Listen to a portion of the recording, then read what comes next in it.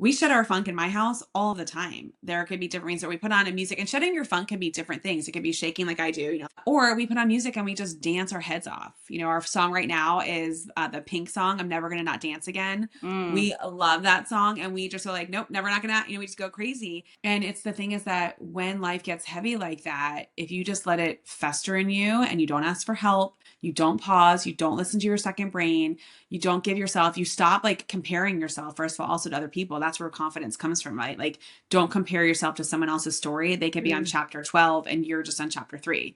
Totally different. But when you do that, then it helps you just feel more present. And then you don't have to ask people if they're okay, because you just know no one is. So ask an even better question. Welcome to Her Unshakeable Confidence. I'm Simone Knego. And I'm Olivia Knego. And today we have Jaime Marco with us. It's going to be a very exciting episode. She is a keynote speaker, podcast host, entertainer. You notice that extra R in there, entertainer. Human trying to change the world. And we're going to talk about getting unfunkt. So, Jaime, thank you so much for being here. Thank you for having me, ladies, and returning the favor. We were so grateful to have you on our podcast. So I love that we're like loving on each other. This is awesome. Thanks for having me. So fun. And that was almost a year ago, because that was in my old apartment. Or it might have been more than a year. Next week will be a year of our episodes. Yeah. I told my dad to stay home for this interview, though. Just kidding. Yeah. So Jaime, her podcast is with her dad. So we found that kind of fun that she records with her dad and Olivia records with her mom. So there you have it. So cool. Yeah. Although, Olivia, you did not create a pickleball candle. No. Jaime's dad did. Okay. I was like, do I have one in here? I've never played pickleball. Hold on. That's a lie. I feel like I have to show it in case anyone's watching. Yeah. Yes. The official pickleball candle. The only pickleball candle in there. So we can talk about that and where my confidence comes from. That is part of the story. Yeah, absolutely. Yeah. Okay, let's start with, what is your listeners like, we don't care. Keep going. No. I mean, they're going to want to know all about the pickleball candle. We have a lot of people that play pickleball. I mean, I think everyone's playing these days. It has taken the South, at least the South, probably the North too, by storm.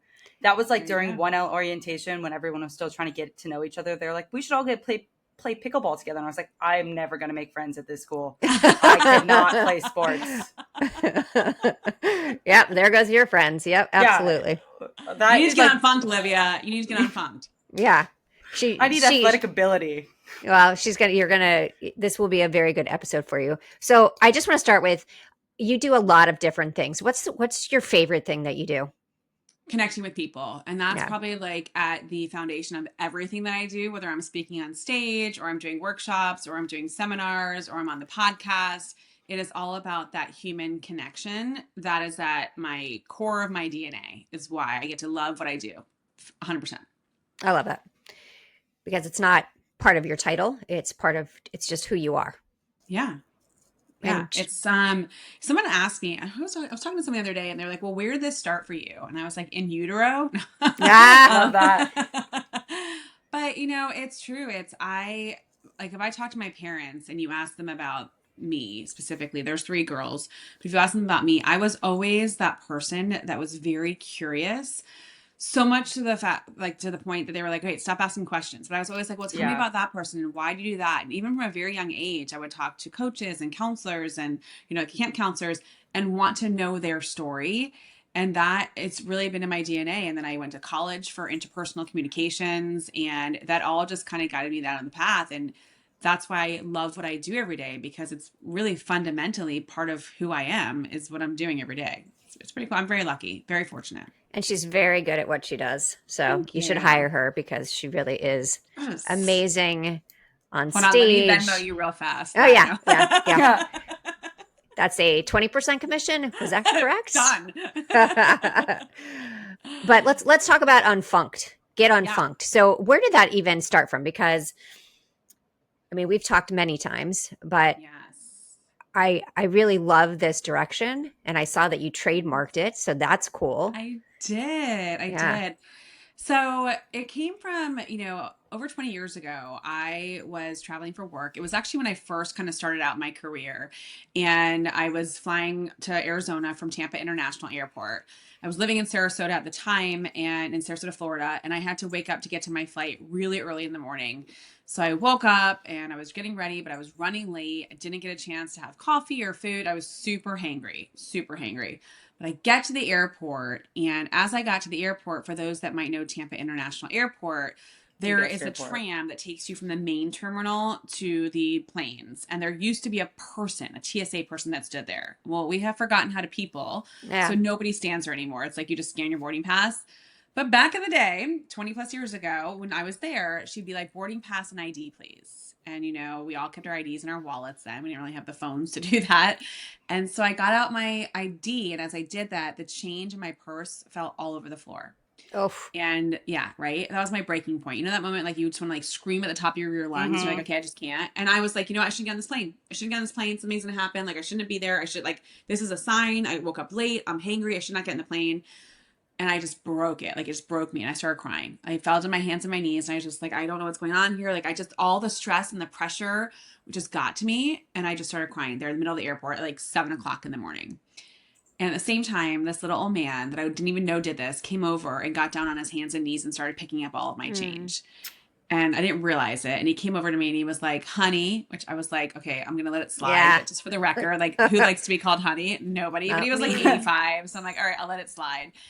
And he was like, we can't afford for you to get on that plane and infect everybody with the energy that you have here. Whatever it is, it too shall pass. And I was like, what? He goes, yeah, you need to shed your funk. And that's when I was introduced to the concept of shed your funk. He's like, you need to shed your funk. I was like, what are you talking about? He's like, you need to shake it off. And I always joke that he may have been, Taylor Swift's grandfather. Who knows? But or great grandfather actually at the time. But he's like, just shed your funk. He's like, watch me. And he was like 85, 90 years old. And he's like, shake your hands. So I'm shaking my hands. He's like, shake a leg. We're like doing the hokey pokey hole, like whatever. And immediately I started to feel this energy come off of me. And, obviously scientifically it was working because my blood flow was going, my endorphins were going, all that was kicking, but also it was like super silly. And so I started laughing. The TSA agent started laughing. He was laughing. And in that moment, it was like that, you like to say this, Control Alt Delete, right? That moment where it just totally shifted me. And I was like, you know what? It's not that big of a deal. I'm going to shed my funk. And so I have talked about shedding your funk in almost every talk, every class I've done over the last 20 years. And when I started thinking about writing a book a couple years back, I kept being like, well, what's the positioning? There's a million leadership books out there. There's a million these types of books out there. I said, what is at the core of who I am? And I think when I was talking with my husband, he's like, just like get rid of the funk, like unfunk yourself. And I was like, ooh, unfunked. And we came up with it together. And there's a unique spelling. So it's UNFUNKT because it's not even a word. So might as well not spell it the right way. Right? It is now. It is now. Yeah, it is. It is now. And it's trademarked. So that's super cool. And it's essentially that state of feeling fully you again, right? Like we don't feel that way. And it's like that fully you again, that clear, that confident, that reconnected thing to your spark after shedding off all that weight, the fog, the noise, and the funk of the world that is so heavy out there today. I know Olivia shared some fun facts with us about like today, like whatever, some fun facts. But it's like when you really, and you'll love this, it's when you reignite to your light and your purpose is loud and your presence feels like your home. And that is what unfunked is. That's what it means. So I like it. And I Thanks. like the presence feels like your home. Yeah. I like We're being not home. present. Well, yeah, right. And like, where are we most comfortable? Yeah. In our homes, or we should be. I mean, there's a whole thing there, but we aren't really present anymore. Yeah. We may be standing in the same room, maybe in the same box, but we're not fully present anymore. And that is why we have so much funk on us. So we're catching it from other people. Yeah, that's where it comes from. So the majority of your work right now, again, because you do keynote speaking, you do workshops, are you still doing consulting? I don't really do consulting. I mainly focus on, most of the things that I do is I have 3 pillars I focus on, and it's leadership, sales, and customer experience. And I am engaged in organizations to do keynote talks at like interactive keynote talks, either at their conferences for their people about culture and getting back connected, or I'm engaged in doing workshops around those 3 pillars. Okay. Yeah. If you haven't heard her speak, go to her website. Go check out her speaking because JaimeMarco.com. they're another 20% there. She brings so much energy to the room. Thanks. Like it's truly, do we say infectious, contagious? Something that sounds good though. I was like, I'll take all of post-COVID, it. I don't know. Pretty infectious over contagious for sure. I don't know. They're both kind of like after post-COVID, they're both kind of like, oh, well, I don't know. Yeah. What's the word? What's the word? Yeah. There's got to be a positive word for that. Energy. Okay. Intentional energy. Okay. There we go. Yeah. It's So Olivia. Yes. Right you were here. Talking about, so this, I think this would be a really good moment for like Jaime to work on you. Oh, great. Because you are having, you're funkt lately. That sounds so funny when you say it like that. Like, it's not like, I want to say by choice, but I feel like a lot of what I'm going, and maybe this is like, denial mindset, is I chose this path and I chose all of these responsibilities that I have to put onto myself. Therefore, I shouldn't be complaining about it because it's like, you could have said no. Well, what do you mean? So tell me, like, what is bringing you most of the funk? I'm completely overloaded right now. I am overextended, and honestly, and my overextension just comes from school alone. Like, I am working an internship this semester. I'm taking 18 credits, which is the max you can take, flex. I'm a research assistant. What else do I do? I don't know. It's hard to keep even track of all the things that I do at this point. I have lists, a lot of journal, them. And then journal. God, that's the big one, is journal. And it's just like, I had a very nice routine last semester, and not to say that I wasn't overloaded, but I function well when I have extra time in my day to just be me. And I'm really bad with, I don't want to say time management, but like time blocking. I've never gotten the hang of that because I underestimate the amount of time I have in the day and overestimate the amount of time it takes me to do things. So to me, like right now, my to-do list seems impossible. But I mean, like, it'll get done, I guess. Yeah, but to what detriment to yourself, right? Like to what, like, so much on your list. So I have a couple questions for you, if I may ask, if that's okay. Of course. What out of everything you're doing right now feeds your soul the most? Like makes you feel the most energized, the most excited to do, the most pumped up, that just gives you like, when you're done with that activity, you just feel like Olivia. Out of all the things you're doing, what makes you feel most you? Honestly, going to class. I love class, which is so not who I used to be. But law school, I love engaging with my professors. I have like a good banter with pretty much all of my professors. I like going in the classroom and seeing the people I've made friends with in class. And I honestly like sitting there and learning. Okay. What is a task that is taking up a lot of your time, but not giving you as much as that feeling that you get when you go to class?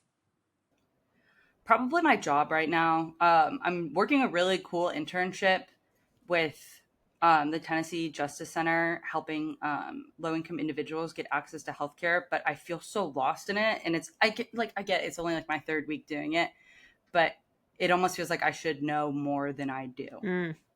Okay.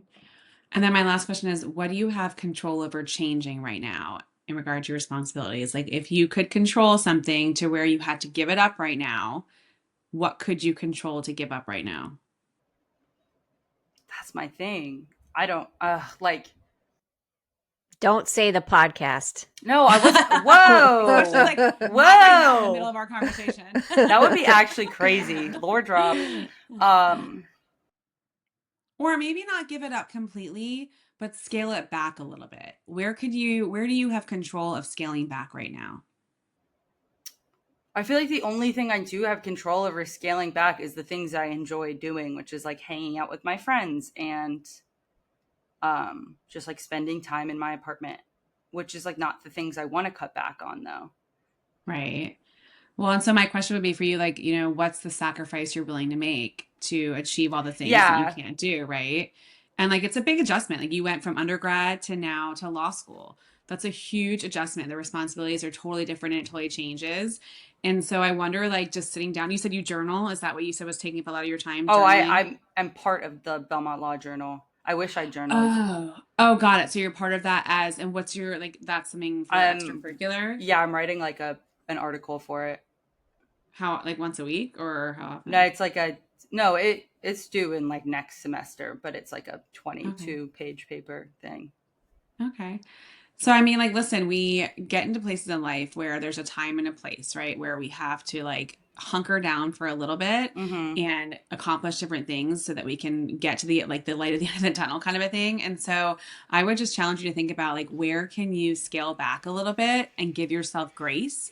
What does that look like? Is that less hours at your internship? Yeah. Is that, scheduling when you're going to work on that article so it's not like very last minute? My husband's a procrastinator, and I got him this plaque that said he used to be a crastinator, but he went pro.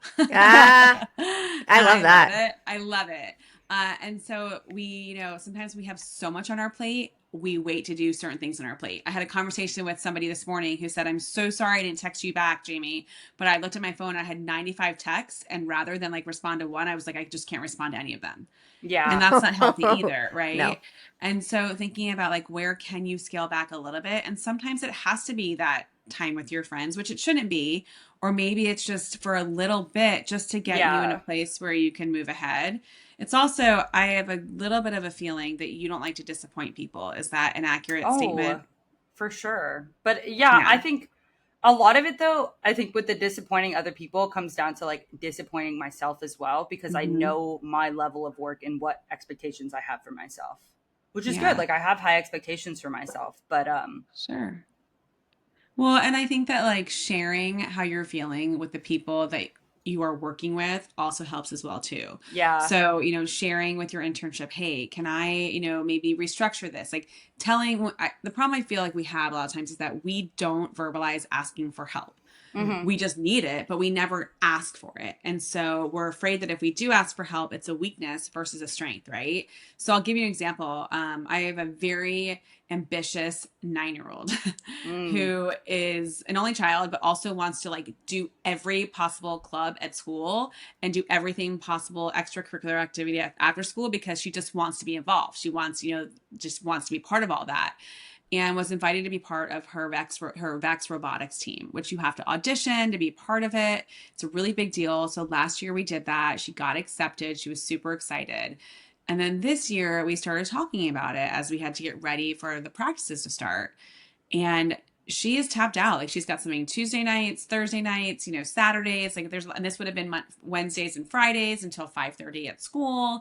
It's a lot for a 9-year old. Mhm. It's certainly a lot. That's a lot. And it wasn't until I sat down with her, we talked about the pros and the cons of like what it's going to do for her mental health and her personal life and her friends and all the things that she wanted to do. That started her kind of being like, okay, but she was so afraid to disappoint somebody else Mhm. by not doing it. As soon as she was like listening to us about the pros and the cons, as soon as she said, well, I'm going to disappoint my coach for doing that, I said, no, you're not. He's going to actually respect you even more that you recognized that you couldn't take that on.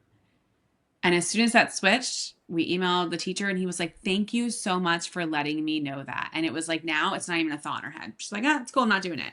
And so I tell you that because share with the people that you're responsible to reporting to about doing less. If that, Yeah. And I've definitely been trying to like this week I got assigned a research project and then like I think there was just like a mix up and I was assigned two research projects now with literally one's due Friday and one's due next Wednesday. And I emailed the second one. I was like, I will not be able to get the one done on Friday. Is it okay if I just focused on the first one? And I haven't gotten a response back to that email, but the entire day I've probably checked my email and I'm gonna work after this. I have checked my email probably every 30 minutes to see if I've gotten a response back because like the idea of oh, I don't want him to like not check his email and realize like last minute that I didn't do this assignment that he actually needs to be done. But then also like I can't get it done. Like I genuinely do not have enough hours in my day to write this assignment for Friday with school and all the other obligations I have. well, and I think that's great that you're realizing that because that would have burned you out. I would challenge you that situation to next time frame it differently and ask for help. Say, I need your help. Okay. Versus I'm not going to get it done, because listen, people read messages in the context of their own brain. They could be like, oh, whatever, she just doesn't want to do it. But that's not what Yeah. you meant, right? And we misinterpret messages all the time, and emails especially. So I wonder if, next time if that happens, hopefully it doesn't. But if it does, you say, listen, I'm really reaching out to you. I need your help. I'm struggling with finding the time with the other project I'm working on as well, too, to complete this. I'd love your guidance and letting me know how I can make that work. Mm-hmm. Okay. Yeah, Different I think message, that's great. right? Yeah. And I think too, like when I'm listening to this and, you're talking about that you're being really hard on yourself about the work that you're doing. And you're right. I mean, you've only been doing it for 3 weeks. So you do have to give yourself some grace, and you kind of get thrown in there and they're like, here you go, right? Figure it out. And it doesn't take 3 weeks to figure something out. It takes much longer than that. So I think that they're probably still trying to figure it out. Right. Yeah. Believe me, no one has their stuff together. Yeah. So I think that, like me, we are too hard on ourselves and don't give ourselves enough grace for things. And I think you got to start there too. Yeah. And I think there's a lot of strength in admitting to people in your world that you just can't do it all, and you need to take a step back somewhere. You're only, what, are you 21? 22. 22? I mean, geez, don't get burnt out now. Yeah, right? Yeah. Like, don't do it. Don't get burnt out now. But really, like, think about, maybe next semester, what classes do you take? Do you have to do the full 18 hours, or was that you just being like No. overachiever, right? Yeah, I'm very similar to your 9-year-old, and if someone asks me to do something, I feel like it's an honor that I cannot decline. Yeah. So like with this internship, I was like explicitly asked, can you do this? Can you apply? Can you make it work it into your schedule? And I was like, Yeah. I mean, if you're asking, yeah, like I guess. Sure. Well, it's a huge compliment, right? You don't want to disappoint other people, but in the end, you're going to give less than 100% to 6 things versus like really focusing on 3 things and doing like your best possible, right? Mhm. Because there's just no way you can be spread that thin. So it's hard. And sometimes sometimes we don't, I always talk about the second brain, which is like your gut, which tells you stuff all the time. So probably over the last 6 months, someone was saying to you, don't do the internship. Maybe not, or like, don't do this or don't do that. But you're like, nope, I'm going to do it. I can do it. I can do it. I can do it. And then now you're in it and you're like, oh crap. Yeah. So we don't always listen to our second brain, but it's so important to like just sit back before you make a decision. And I'm like, pause before we do stuff and say, okay, what is the toll that this is going to take on my mental health? Because that's where it comes down to, like if we're stressed out, we're not going to perform at our best. If we're overwhelmed, we're not going to perform at our best. If we are carrying all this funk around with us, there's always more coming that we don't even expect. And then that's when there's like a breakdown moment, and then everything fails, right? Then all the cards fall. So just ask yourself, where can you scale back a little bit? What can you do for you? What's your outlet right now? What kind of things do you do to like let off some of this energy? Do you have any do you walk? Do you do yoga? Do you meditate? Do you scream at the top of your lungs? What do you do? I do a lot of crochet. Oh, okay. I hang out with my cat as she's sitting on me right now, although she just moved. And I cook. Do you crochet sweaters for your cat? She would die. Oh my God. Could you imagine that? No. No. Smalls would kill you. Honestly, I feel like I don't even crochet for the outcome most of the time. I just crochet to crochet. Like I just finished something, hate it, never going to use it. It's going in a drawer. Well, make it into my flowers. Ooh. Well, yeah. Once I undo the yarn from it, yeah. Yeah. Flowers. What does that mean? I'm making her. I have this, and I've been working on it for a while. Like she wants a massive canvas of crochet flowers because I have a little one in my apartment that I did, and I have a lot of it done. I have a lot of flowers done. I have no clue what size canvas I'm going to use yet. But like that's another thing that was like, I have so many ideas for art in my head. I am definitely not the artist sibling. It's probably Emma if we have one. But like I still love to be creative. A lot of the art in my apartment I've made, and I feel like I don't even have the time to do that. And I think part of that is I don't want to start a project that I don't think I'll be able to finish. Because I have like a lot of those. But I'm hearing a lot in your what you're saying that you're probably not even realizing you're saying it. You are the art one. You're doing. I know, right? Thanks. Like, you are. Yeah. Like, believe in yourself. You are. I think it's what's just the funny. Art one, what is that like? What's the art one? Like we all have our different superpowers, and clearly, like something's being drawn to you for that. And it's okay not to have finished projects. Like if you enjoy doing it, enjoy it. Have fun with it. Like whatever that is. But just enjoy it because you've got two hands to be able to do it. That's And a there's good like little point. things to think about. Yeah. And you're funny because all three of you guys, Who's all between three? The girls? Millie too. Yeah, Oh all the yeah. girls. Like I forgot. Actually, Millie's really talented. I know you all have so three many of you siblings, it's are. hard to I know. keep them She's to like, track. which three? Which Well, three? yeah. Which three is like? Do you I mean know. the older three? The Because I three. didn't know Sorry. Jacob was artistic. Yeah. No, the three girls are very artistic. I mean, you picked up crocheting from watching videos, right? And That's you can make true. all these cool things now. That's true. So Isn't Taylor Swift a big crocheter? Did I see that? Is she a I big think she crocheter? is. I think Yeah. she is. Yeah. It's interesting. It's making a comeback. And I don't know if See, it's because you're doing it and you're talking about it on this podcast. well, or I because started I'm doing not it really sure. because someone on TikTok was like, "Oh, you should start crocheting. Look at all the things you can make." And then I was like, "Wait, I could probably do that." And at the same time, I was going into my senior year of college, and I was like, "I'm graduating, and I don't have a single hobby.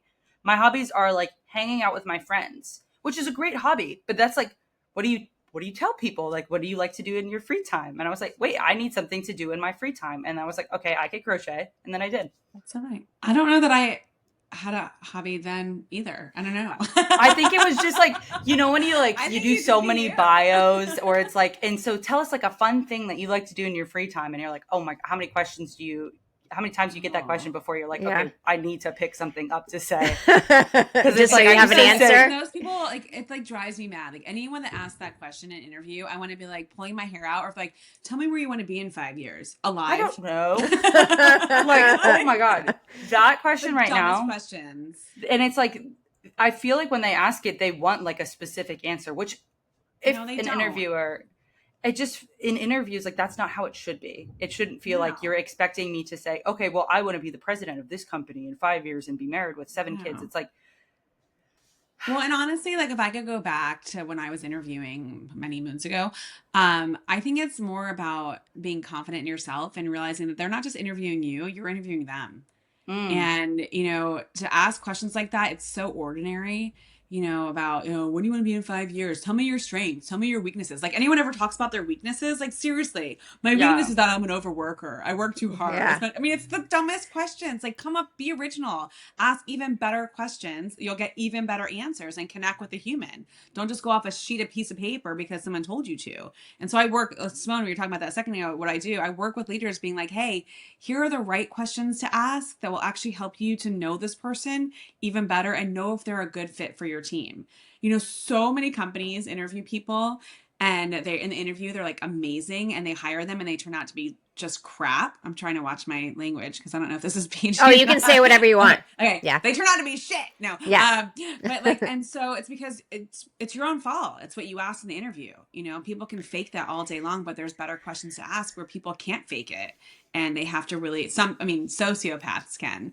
Yeah. But when you really identify those really great interview questions to make it more of a human side of things, then you get their buy-in. They're more excited to start the job. They're more excited to accept your offer if it's not where they want to be either, right? Like sometimes you're not going to get like the offer you want, but you'd work for the people you want to work for. So don't answer. If anyone ever asks you that question, you should look at them and be like, is that all you got? yeah. Do you have a list of questions out of curiosity? Because so right now, Rob is interviewing people to, they're trying to find a new partner for their practice. Sure. And one thing that keeps coming up, and I listened to him the other day, I was like, you didn't ask the right questions. You didn't ask enough questions. It's kind of like you just are ready for someone to come join the practice. It doesn't matter who they are. Mm-hmm. And I'm like, you can't do that because we're going to be in the same situation that we were last year. And one of the biggest things that keeps on coming up is, well, tell me about the work-life balance at your practice. Rob doesn't ask that question. The people being interviewed. I'm really focused on work. An interviewer to never ask that question because there is no check them off the thing. list. Yeah, check them off the list. It was what Jamie was saying before about you're going to have these periods of time where like there's a lot going on and you have to get through it. Yeah. You have to, you have to have a good attitude about it too. Yeah. One of the things, so when I graduated college, my first job was working on a cruise ship. And I literally graduated and I went and worked on a cruise ship for 2 years. And either of you been on a cruise? You have. Yes. I think everybody talked Yeah. about it. So I worked on a cruise ship. I was cruise staff, my first job on there. And you're working 24 hours a day. I mean, you have hours off here or there, and sometimes like more at certain ports and stuff like that. Some cruise directors would give you a day off, but it's very, very rare. And so my work ethic started there, where I was working all the time. There was times where, at 3 o'clock in the morning, I was woken up. I became a social host. And at 3 o'clock in the morning, I was woken up because there was an emergency. I had to put on my full dress blues and go and handle it. And that started my work ethic. And what I mean by that is that for the rest of my career, I knew that there's a time and a place to work your butt off, but then you also reward yourself as well too. I worked at a community foundation, a college community foundation, and we had a big event happening the next day, and I had to be there at 8 o'clock in the morning for breakfast. We were at the college till 3 in the morning, tying ribbons on bows and books and doing those things because you had to do that. Mm-hmm. But no human can operate like that 24 hours a day, 7 days a week, 365 days a year. You just can't. Right. But you can do it when it needs to get done. And so when we talk about work-life balance, it's not about that. It's about understanding the scope of a role, what you're willing to do to commit to that, but also recognizing that you should be rewarded for that work as well too, and taking that time to celebrate. It's a balance of understanding when to be all in and a balance of when to saying, hey, my mental health is not good. I need to take a break for a second and I need a mental health day to recuperate. And so there's a balance there. And I think it's more about understanding the respect of a team member's capabilities and how we celebrate our successes, but also how we dive in and work really hard. So different things. So yes, back to your question, Simone, there are different questions and I really work to customize them to the situation of what's happening. So for example, if I was interviewing for a job, I would never ask that question, what's your work-life balance? I would never say that. I would probably ask a question like this. If I was the interviewee, I might say, hey, what are your expectations of workload for your team members? Something along those lines. If I was interviewing somebody and I wanted to know like what their work-life balance expectations were, I might ask them, what are some signs as, a team member that I would know that you're getting overwhelmed when it comes to the workload? What are some signs I would be able to look out for or that for yourself that happen?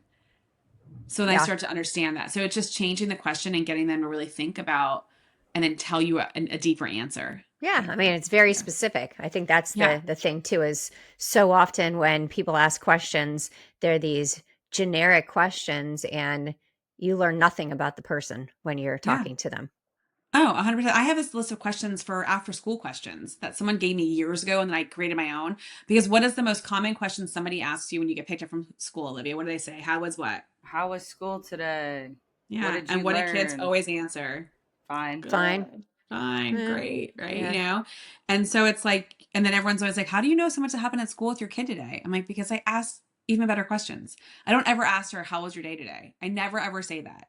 Like that never comes out of my mouth because I don't want to get that answer of good, fine, great. We ask different questions. So much so that we've been doing this for so long that she gets in the car and just brain dumps on me now. Like I don't have to ask anything. Mommy, let me tell you everything. Yeah. Because I've trained her to understand that answer is not acceptable. Yeah. Because it's not an answer. Yeah. Because then the next question is, what'd you learn today? Nothing. Nothing. I don't remember. I don't know. Wait, I'm paying for private school here and you learned nothing today? Yeah. So yeah.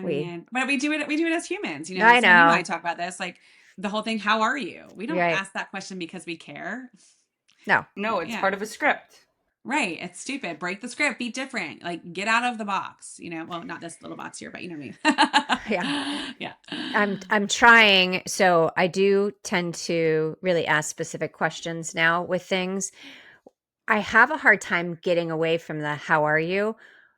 What I've kind of switched to that is sticking and it's still not a good enough question is how's your day going? Right. So because it's still kind of like fine. Right. So I think the next thing is what's the best thing that happened to you today?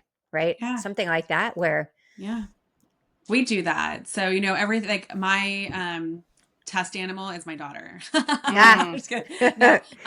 But I really am trying to, you say every generation you want to be better than the next. And so we talk about a lot of things. And so she hears that and she sees that. And we'll be going at the grocery store line and I'll ask the cashier, hey, I'll use their name first of all, which totally throws people off when they use their name. Like, how do you know my name? I'm like, you're wearing a name badge. But I'll be like, hey, I'm Johnny. stalking you. I'm stalking like, wait you. a second. But they're like, hold on. Someone sees me as a person. That's weird. Yeah. But I'll be like, hey, Johnny, what's going to be the best part of your day today? And it always cracks me up when they say something like this. Oh, when I go home, I'm like, well, that's a great message to tell a customer. Thank you Right. so Yeah. much. Yeah. And that to me is like a flashing, like, coaching opportunity where I'm like, let's talk about something else. And even though that might be the best part of their day, that comes into my customer experience training, like, wait a second. But the thing is that like, we don't really see people anymore. We're not present. And so we do catch people off when we ask them those things. And I would just challenge you, sometimes you don't have to ask. You can just say, hey, I hope you have a great day today. Or it's good to see you. I use that a lot. If I don't have time, I'll just make it so good to see you. So they'll be, hey, Jamie, how are you today? I'm like, I'm good. It's so good to see you is what I come back with. Now they may think, my husband's like, well, they think you're rude because you're not asking. I said, well, I don't have the time to hear their answer because I'm rushing. I'm going somewhere. I think it's ruder for them to answer me good and they're having a crappy day. Right. So it's a matter of, balance. I have a question, or Yeah. a ponder for you guys. A ponder. I have a habit of asking my good friends or just like people around me, like, are you doing okay? And I got told recently that when I ask someone that it makes them go through the things that they feel like they shouldn't be doing okay about rather than answering honestly. And I was like, I haven't actually considered that before. I just thought it was a better way of getting like, how are you actually doing than versus like, how are you? Yeah. There's a really funny sketch on SNL about that. Are you okay?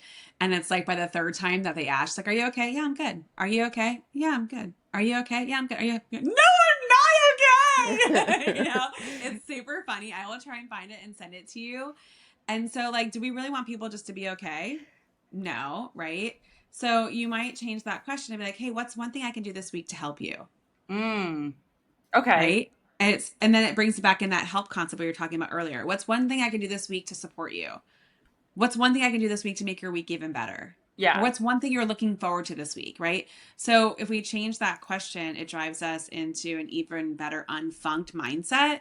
Then are you okay? Because even listen, your tones, right? Are you okay? Why do I not look okay? What do you mean? Yeah. Do I need to fix my face? What's going on? And so I just think about challenging that. That's how I would ponder it. Simone, what would you say?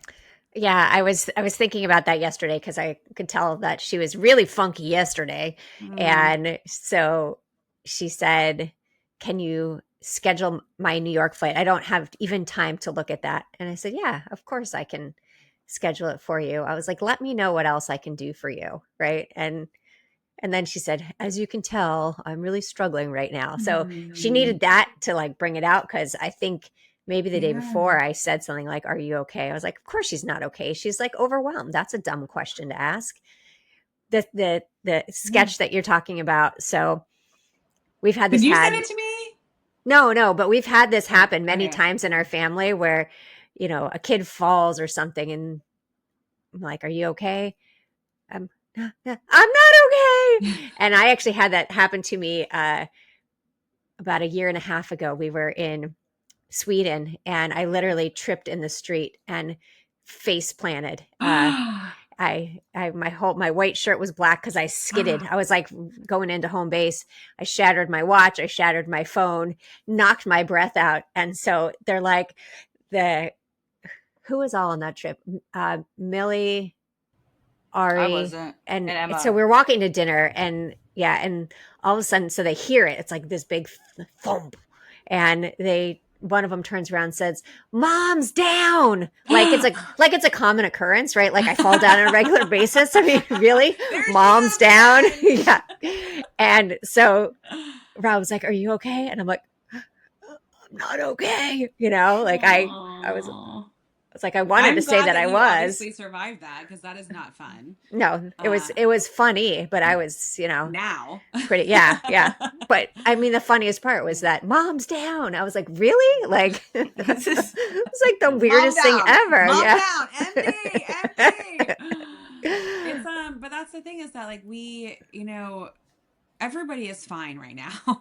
And I talk about freaked out, insecure, neurotic, and emotional. And I say that because one of the coolest things I think I get to do is that I work in every industry. I really do. Like just last week, I was working with a home builder and then I was working with a transportation company. So, and then next week it'll be a healthcare company. I mean, like I do work in every industry because the common denominator is people. And I always ask this question. I say, how many of you right now, feel like the world is a really heavy, funky, noisy, loud place, and they all raised their hands. And I said, how many of you right now are just not okay? And you are fine, freaked out, insecure, neurotic, and emotional. And they all raised their hands, and they're all ages, all races, all religions, all sexual orientations, all political, views. We don't talk about any of those. Nope. And so like, once you realize that, like asking, are you okay? No, no one's okay. So then switch it and say, hey, what can I do this week to help you? Mm. Or what's one thing we can do right now to have some fun? Or you know what? Let's shut our funk real fast. I mean, we shut our funk in my house all of the time. There could be different reasons that we put on a music, and shutting your funk can be different things. It could be shaking like I do, like I look like I'm having a seizure. Sorry, I didn't mean to offend anyone if that's actually, that's not the way to say that. So I apologize. Or we put on music and we just dance our heads off. Our song right now is the Pink song, I'm Never Gonna Not Dance Again. We love that song, and we just are like, nope, never not gonna, we just go crazy. And it's the thing is that when life gets heavy like that, if you just let it fester in you and you don't ask for help, you don't pause, you don't listen to your second brain, you don't give yourself, you stop like comparing yourself, first of all, also to other people. That's where confidence comes from, right? Like, don't compare yourself to someone else's story. They could be on chapter 12 and you're just on chapter 3. Totally different. But when you do that, then it helps you just feel more present. And then you don't have to ask people if they're okay, because you just know no one is. So ask an even better question.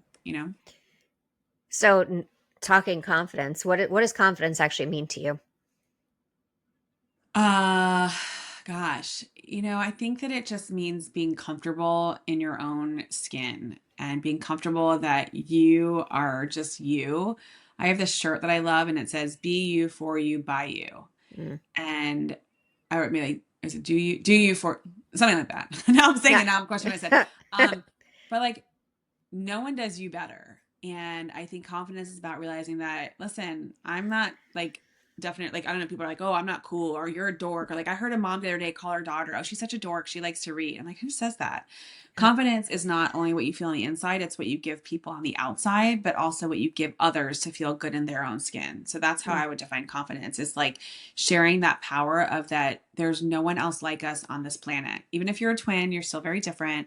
And to be proud of who you are and what you bring to this world, that to me is confidence. I want to say that of all the people we've interviewed, your answer is the closest to mine. So I was like, why am I not surprised? It's like, that's what pretty is your much what answer? I say. Really being comfortable in your skin, no matter who you are, no matter where you are, and being able to be yourself, no matter where you are. Right? You shouldn't have to change yourself. You shouldn't have to compare yourself to other people, and that's what we see so often. And you're not the loudest person in the room, right? I mean, that doesn't mean confidence. For a lot of people, they think, oh, the person that is the loudest, says the most in a meeting, like they're the most confident person. But when you really start talking to them, you realize they really struggle. And I think that's another part of it too, is just when your questions that you ask about, are you, how, when the whole room raises their hand and says, we're not okay, it's that idea that we're all struggling, right? So when we look at someone and say, oh, they're the most confident person in the world, they have struggles too, right? Yeah. Well, and I think that also it's like, and I love that. And obviously we would not be friends if I didn't like, we didn't have like similar thoughts, or we're not the same person, but I just like love your energy. But I think it's also confidence comes from realizing that you serve a purpose in this world. Mm.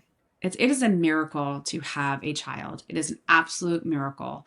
It is a miracle to bring a child in this world, to raise, it just is. So no matter whether, whoever it is, like to bring life into this world is a miracle. And so I think that people are here for a reason, and confidence is part of the reason, realizing that, I serve a greater purpose in this world, and I'm going to show up my authentic self to bring that to this world. And I think the more of us that talk about that and let people know they can be comfortable in their own skin, no matter who they are, then I hope that, Simone, you and I are not the only ones that define it that way. I hope that there are millions and millions of people that start defining it that way, so that we all start thinking that, and we see less mental health struggles. We see less, people trying to keep up with fads on social media where they need to look a certain way. We see less filters. I want to get rid of all of the filters, like get rid of them. They're not real. Like get rid of those filters. And I don't use a filter. Because I'm like, I don't know how to actually use them. I don't even. But I wouldn't use Do them we have anyway. a filter? No, I don't even. No, I don't even. Okay. But it's like, get rid of that. It's like, don't like just.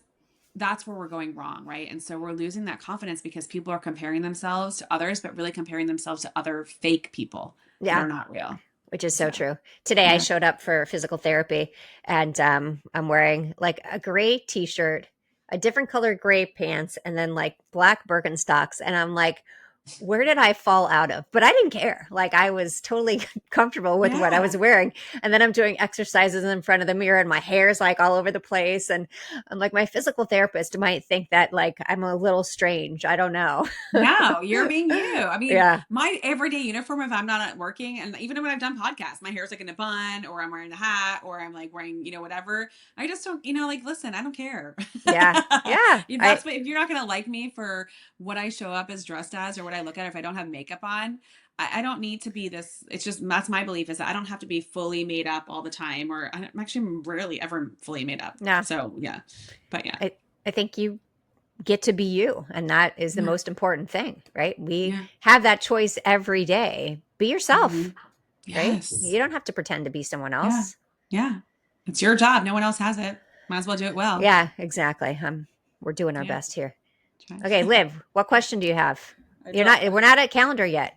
Oh, sorry. Well, okay. Calendar. What's calendar? Oh. I'll explain, but I have that. Do I get to be a calendar girl? What is the best advice a woman in your life ever gave you?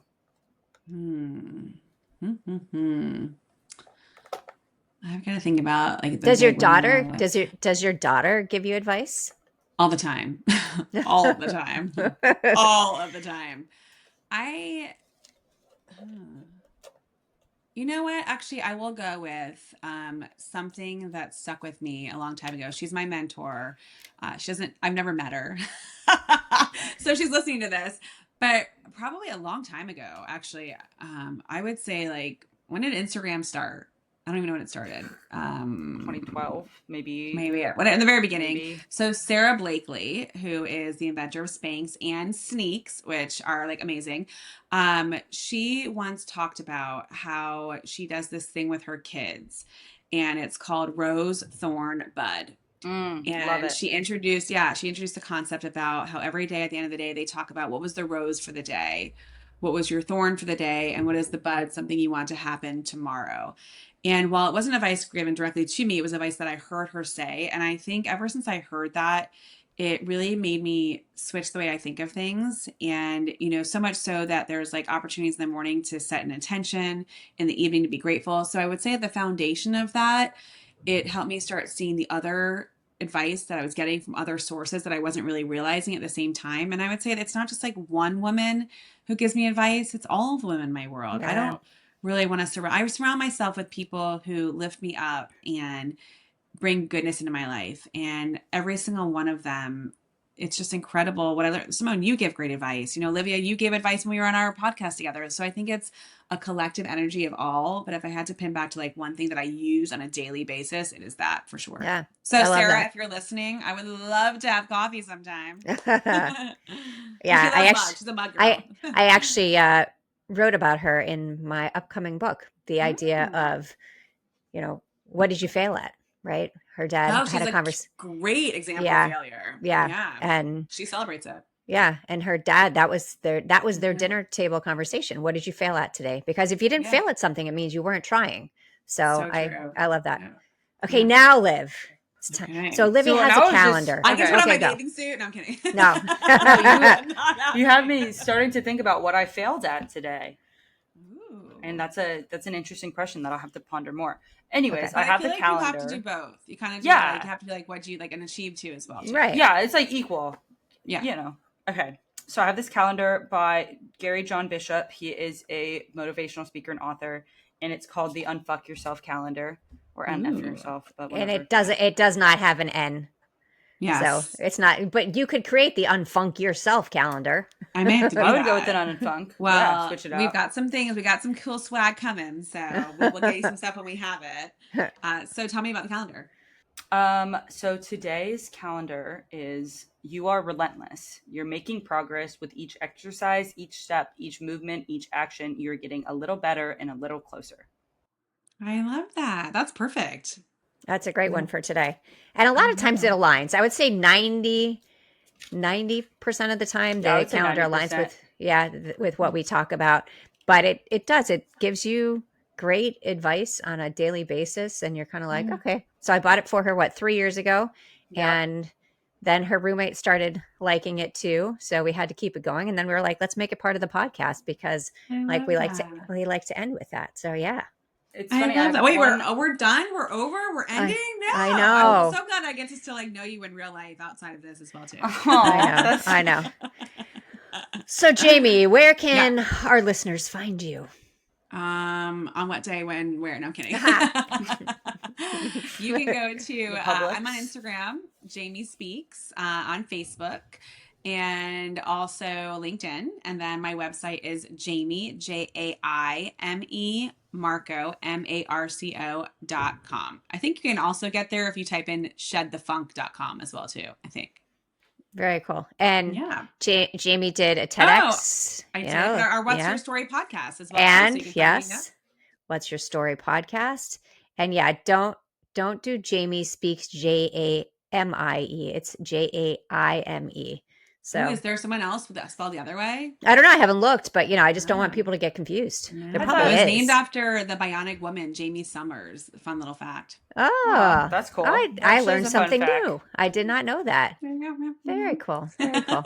This was so fun, you guys. Thank you so much for having me. Yeah, thanks for joining us today. We loved having you. We'll have to have you back again when your book comes out. Yes. So once your book comes out, which isn't that far away.